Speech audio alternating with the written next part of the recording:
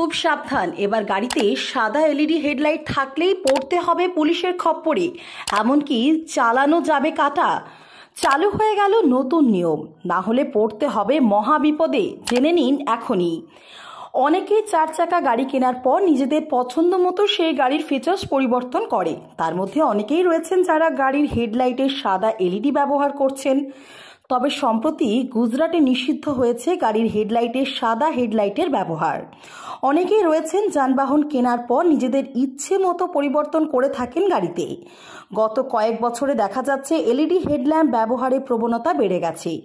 গাড়ি নির্মাতারা হলুদ হেডল্যাম্প দিয়েই থাকেন সাধারণত, তবে গাড়ি কেনার পর অনেকেই সাদা এলইডি বসাচ্ছেন।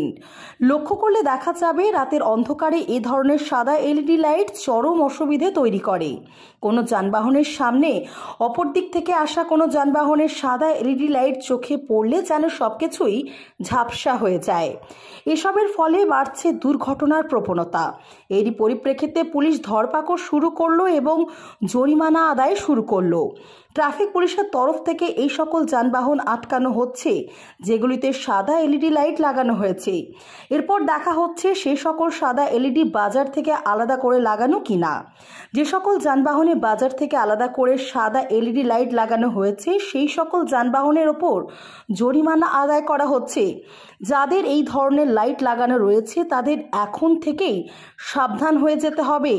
সাদা এলইডি হেডলাইট ব্যবহার বর্তমানে একাধিক জায়গায় বৃদ্ধি পেয়েছে। গাড়ি কিনে তা মডিফাই করে এই লাইট বসানো হয়, যা সড়ক নিরাপত্তার জন্য অনুকূল মোটেই নয়। কারণ রাতের বেলায় হেডলাইটগুলি উজ্জ্বল আলোর কারণে দৃশ্যমানতা কমে যায়।